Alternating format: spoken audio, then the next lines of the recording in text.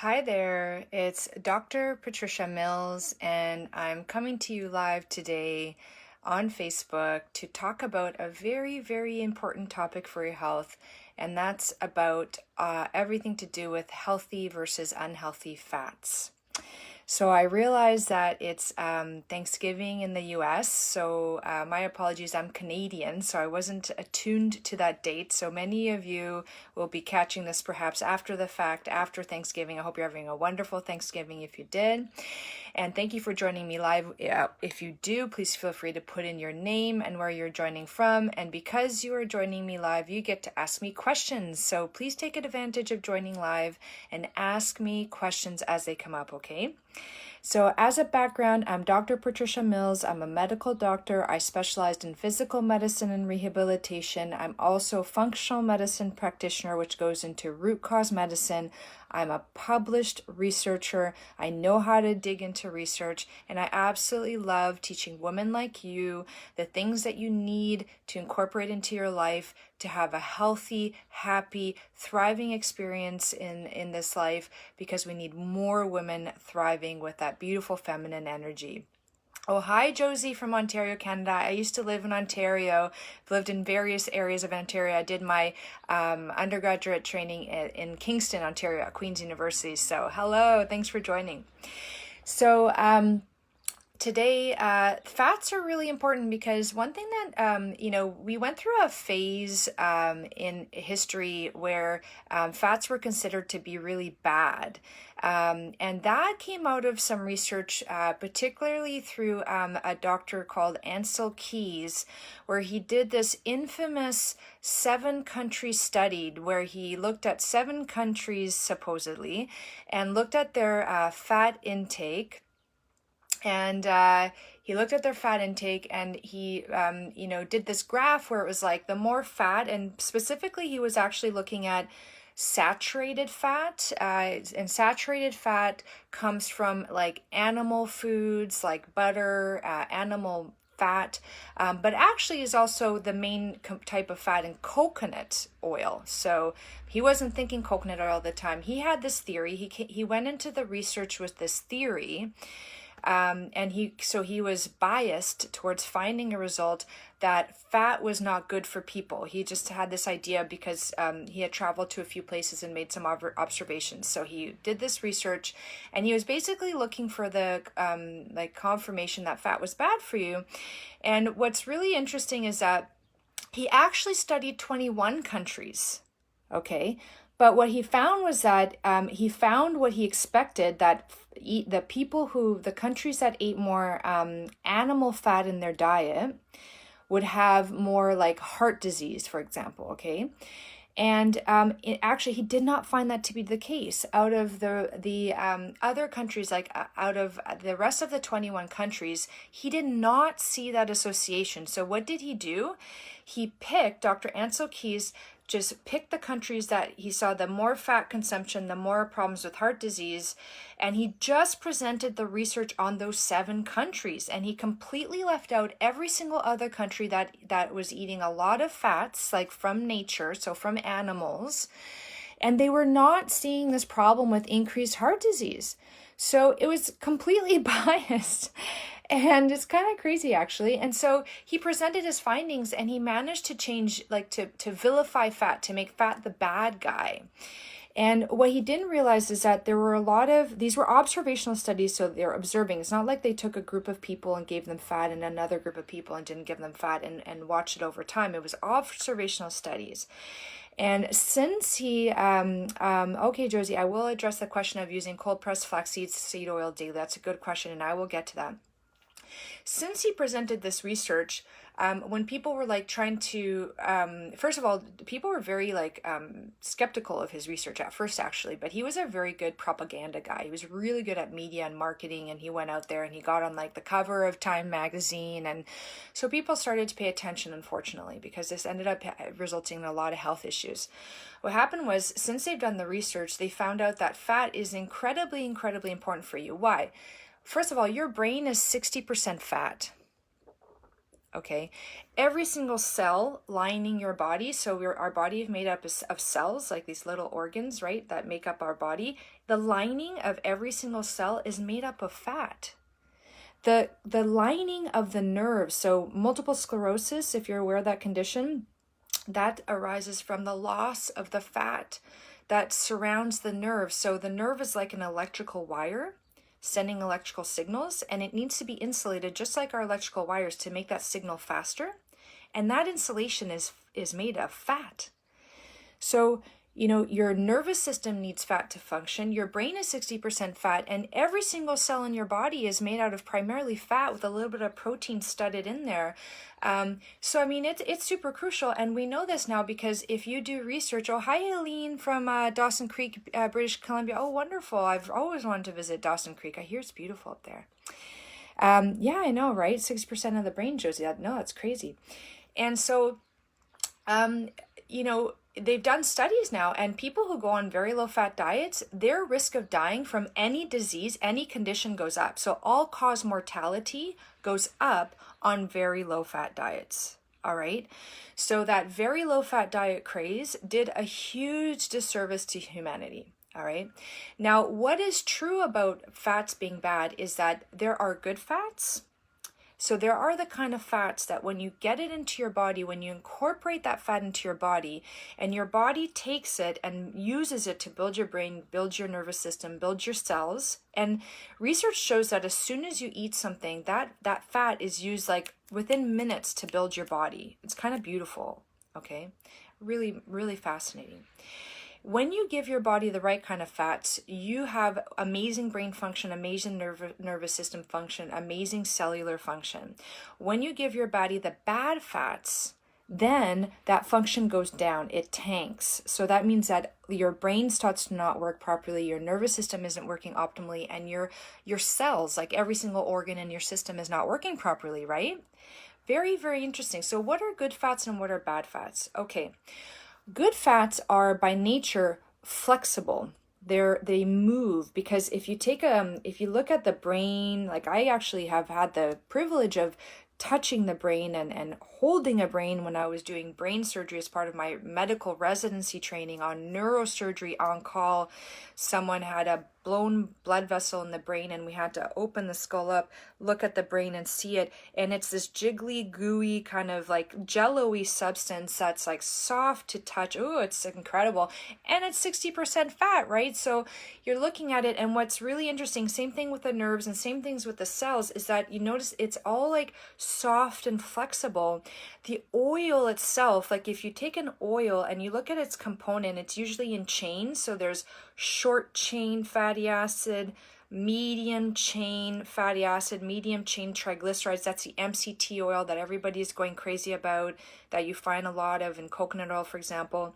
Then there's a long chain, but whether they're short, medium, or long, they should be flexible, like nice and soft and moving, okay? Because when it gets incorporated into that brain, incorporated into that membrane of the cell, you want it to be adaptive and flexible, because the protein that's studded in that fat, it needs to live and be held by a fluid, flexible membrane. Why? Because the cell membrane, for example, it's designed to let things in and let things out. And if it's stiff, it can't move and let things in and let things out. So actually the stiffness of your brain and the stiffness of your cells and the stiffness of your nervous system, the fat in there, that if it's too stiff, it really impacts the function in a negative way.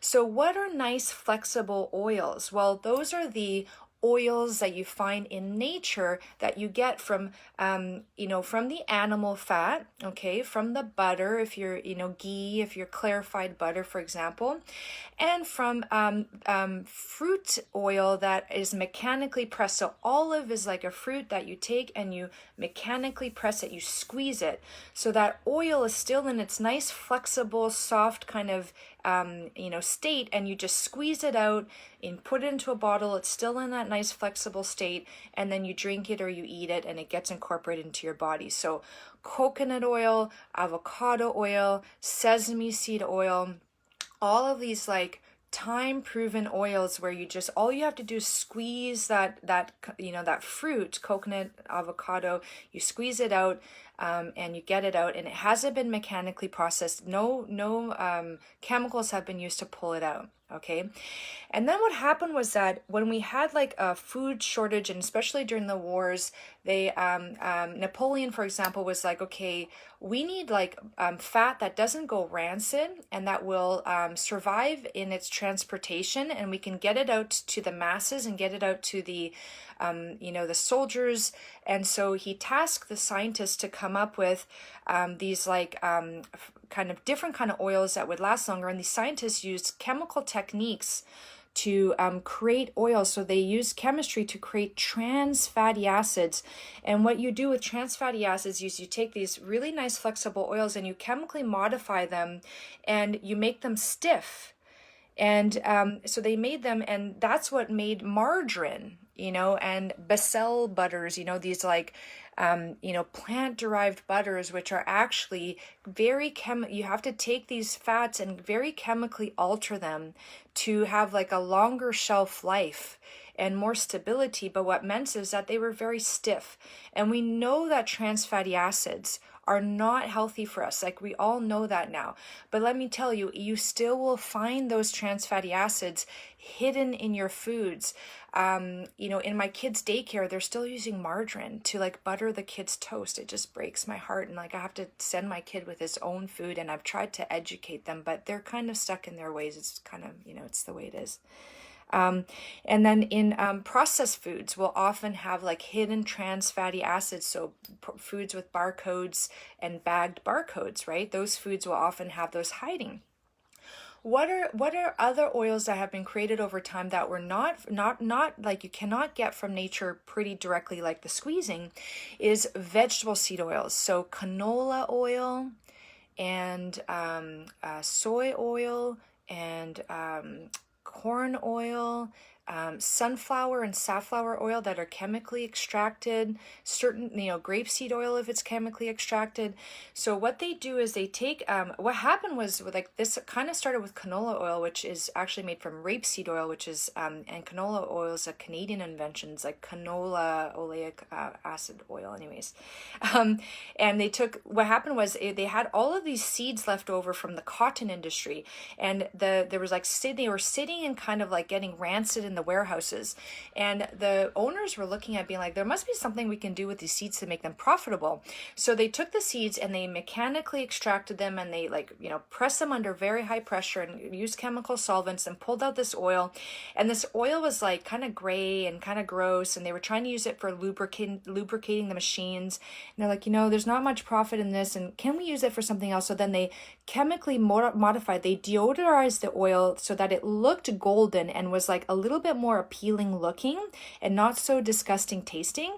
And they're like, oh, this kind of looks like olive oil. Let's see if we can sell it. And they put it on the shelves and they started selling it. Little did they know that these oils have really, really inflammatory effects in our body. The proportion of, so again, looking at the different kinds of oils, I talked about long chain, medium chain, and short chain fatty acids. So the medium chain being what you would find in like coconut oil, which is very popular these days, the MCT oil, right? Now you have what's called polyunsaturated acids, which are the essential acids that we have, essential fatty acids that we have. And not to get too like crazy in depth, but basically there's many different kinds, but the ones that you hear a lot about are the omega-3s and the omega-6s. So omega-3s and omega-6 fatty acids, right? And omega-3s are like the ones that you find predominantly in like, fish and that kind of thing. Omega-6 you'll find in more of like the plant foods, and you'll find both of them in animal meat, for example. And there's a ratio that nature gives us, which is usually 4 to 1, 4 omega-6 to 1 omega-3. So 4 omega-6 to 1 omega-3. And you want to eat things that have that ratio. And generally speaking, if you take your foods from nature, it'll give it to you in that ratio. However, when you chemically extract the oils from vegetable seeds, canola, soy, corn, sunflower, safflower, you get the ratio of way, way higher, like 20 to 1. It's really, really out of proportion. And so what happened is they took these oils, Yes, you should really avoid Becel margarine, olive oil, plant-based margarine, because there's just some chemical stuff that goes on there to make the margarine thick and like stay in that consistency. Okay, so good question. So they take these processed oils, and because they're cheaper, they use them in your restaurant. So unless you go to like a really good Italian restaurant where they're very proud about using only their olive oil, every single other restaurant I've been to, unless they, they advertise otherwise, is using corn oil and soy oil because it's so much cheaper, like really, really cheap. So the research is showing that instead of getting our 4-to-1 omega-6 to omega-3 ratios, we're getting like 20-to-1. And the thing is, in that ratio of 4-to-1, you need omega-6 and you need omega-3. They're very, very helpful, but when you up your omega-6 ratio, that's inflammatory. That fat is used in the inflammatory process of the body, and now by taking that in really high amounts, you're creating an inflammatory state in your body. Okay, and we know that there's an epidemic of chronic diseases, and the common thing that they all have with each other is a low level of inflammation in the body. And your body tries to do its best. It will take what you eat and it'll try to use it to create itself, to recreate itself. It's constantly rebuilding itself. You have a new body every 7 years, and it will use what you give it. So it'll take that inflammatory omega-6, and now instead of having that 4-to-1 ratio in like your cell membrane or in your brain, you have that 20-to-1 ratio, and now you literally have like an inflammatory state just waiting to be triggered by anything that creates when the cell gets broken and released, or the brain gets injured in any way, like any sort of insult, it'll initiate a cascade of inflammation through the body. Okay, and that has been shown in research. Like, this is not news in the research world. Okay, and the thing is, when they created these oils, they just simply didn't know. This is not like someone sitting in a laboratory going, I'm out to hurt these people. No, they just didn't know. And now every single processed food, like every single bar-coded food that you find in the grocery store, and almost every single restaurant has these oils embedded in them. I do a lot of work trying to find healthy foods. So even tomato sauces, you'll look, it has sunflower oil on them, like a tomato pasta sauce. So Josie has asked a few questions. I'm going to answer her because they've been very good. The first one is flaxseed oil. Flaxseed oil, I would not take it every day. I would take it 2 weeks out of the month. Why? Flaxseed oil has some very healthful properties, but it is very concentrated oil also, and it has estrogenic activities. Like, it does support the estrogen system, but that can be too much of a support if you're taking it every single day. And some people are able to take the EPA and of that and convert it into DHA. So anyways, there's different kind of oils, and you need some people who can't eat fish will have flaxseed oil instead because of the EPA DHA kind of oils, which are also very helpful oils. And some people can convert that into the kind of oil that you find in fish, and some people can't. So that's a genetic thing too. But flaxseed oil, I would pulse that like a couple of weeks out of the month, or every other day, something like that. Should you switch to butter only? Okay, butter that is from a grass-fed cow that is in nature, exposed to sunshine, eating its natural foods, like the kind in New Zealand. So if I was going to eat butter, I would buy butter grown in New Zealand, which they all pasture their cows. And personally, for example, I have an issue with the dairy allergy. So I cook my butter down and I make ghee out of it, which is clarified butter, which gets rid of the proteins, including the hormones. So butter has a lot of hormones that the cow has. You're having a lot of cow hormones when you have milk products. I don't know about you, but I don't want to add any hormones to my mix that are not made by my body. There's a lot of issues with hormones in women these days. So I do have ghee instead of butter, which is basically cooked down butter. And you can look on YouTube how to do that for yourself. It's not that hard. It doesn't take that long. You just need a little mesh sieve to strain the butter through. And you can buy ghee, grass-finished ghee in stores as well. So yes, one major thing to do as a result of this talk, please go through your pantry, get rid of margarines, vegetable-based spreads, and get rid of canola oil, corn oil, soy oil, sunflower oil, safflower oil, and just stick to your olive oils, your coconut oils, your avocado oils, but don't overdo coconut oil. It is saturated fat, and while saturated fat is good for us, it is good to get saturated fats from animal products and from coconut oil. That kind of fat we don't need as much as we need olive oils and avocado oils and those kinds of nice soft fluid oils. What test do you recommend to check out our genetic composition to see what we convert, etc. in different foods? Love ghee. Yeah, me too, right? I love ghee too. You can do genetic testing like 23andMe, and then you can run that test through, which will give you the raw data, and then you can run that test through online programs like Found My Fitness has one by Dr. Rhonda Patrick, and they'll give you a breakdown. And some people, for example, can't convert beta carotenes to vitamin A from vegetables. So those people don't do well on a vegetarian diet, as healthful as they may think that is. So I do think, and another test you want to look for is in terms of, are you a good person to eat coconut oil? Because coconut oil, there is a genetic predisposition to not do well with that if you have an ApoE4 allele, double ApoE4, and that's the gene associated with Alzheimer's. Why? Because that gene makes you really good at storing saturated fat, which is great in the time of not having enough fat, like famine, right? Or like the Ice Age when we didn't have a lot of access to food. So there was really good protection for having that double ApoE4 genetics. But now when we have abundance of food, like you can eat coconut oil till the cow comes home, if you have a double ApoE4 gene and you're eating a lot of saturated fats, including coconut oil, that could cause a problem in your fat storage, and that could predispose you to something like Alzheimer's. So, and Jen is saying she uses organic avocado oil as a butter spread. Absolutely. In Europe, when I went to Italy, they would give you bread with olive oil, like really good olive oil on it and sea salt sprinkled on top, and you eat that, and it is amazingly tasty. This is where you want to buy organic, ladies, because toxins like to accumulate in fat. So if you're spraying something, or if the animal is eating toxins, that toxin goes into the fat cells of the animal, or into the fat components of the olive oil. So this is where I definitely buy organic, pastured ghee, organic olive oil, organic avocado oil is not as necessary. If you look up at the Dirty Dozen and the Clean 15, avocado is not as affected because of the skin. And coconut oil, you want to get the extra virgin coconut oil, because that means it's been mechanically compressed. If it just says coconut oil, that means it has been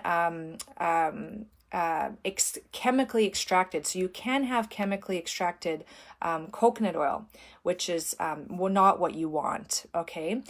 So there is a test that you can do to find out if you have the right amount of omega-3 to omega-6, by the way, and that's a blood test called the omega-3 index. And you can order that online.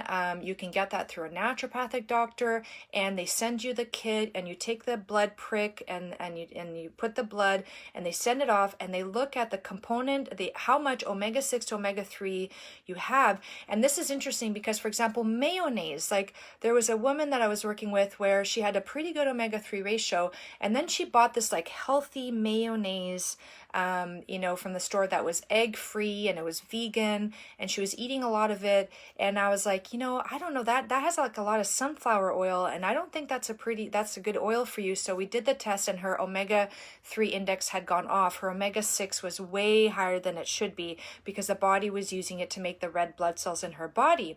So I would definitely recommend checking that test out if you're interested. Sorry, it's cutting out at times, Josie. My apologies. Jen, what can you do after eating out like Thanksgiving at family or restaurant? Is detox recommended? No, unfortunately, you cannot detox those oils once they get put into your body. So it's really about preventing it going into the first place and trying as much as possible.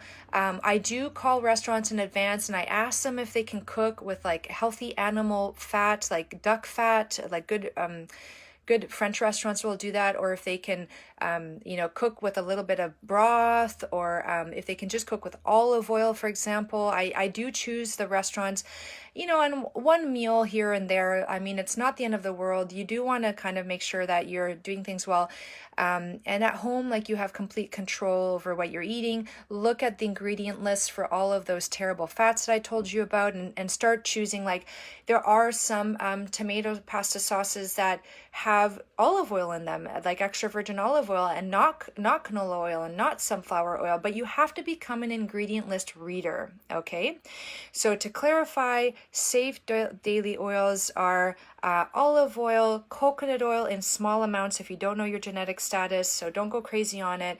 Avocado oil seems to be okay. Sesame oil is actually pretty good for cooking high heat. That's why they use it in Asia for like wok cooking. And animal fat, from like pastured fat, like duck fat, you can get at your local health food store sometimes, animal, and cooking low heat with moisture. So actually what I do is I take my stainless steel pan, I heat it up, I put a little bit of water, and I let that heat up, and then I put my food in, and then I'll put my oils afterwards so that I eat them fresh, because really olive oil and that kind of stuff, it's better fresh. But I do sometimes put a little bit of olive oil with the water to do a little bit of moist cooking with that oil, because it does show that when you cook vegetables with oil, it breaks down the vegetable and allows a lot of the nutrients to become more bioavailable, more available to your body. It's actually more than eating raw sometimes, like carrots and tomatoes. You get more release of those nutrients when you cook them and eat them with a little bit of oil. And ghee are okay. And yeah, coconut oil, I would just have it in small amounts, unless you know that you know your genetic testing and it's not ApoE4 double, and then you could probably have a little bit more. But again, you don't want to like go crazy on the coconut oil. In the Mediterranean diet, when they looked at people in the Mediterranean, they had up to 8 tablespoons of olive oil a day. So don't be afraid of your olive oil, okay? Because especially the organic extra virgin kind, or the kinds that are shipped in from Italy, they're usually pretty good.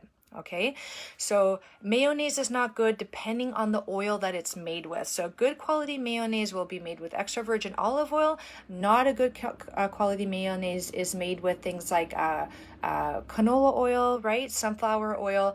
There are some mayonnaises that are avocado oil based. Like I think Primal Kitchen is avocado oil based, and that one would be like a pretty good kind of mayonnaise to buy.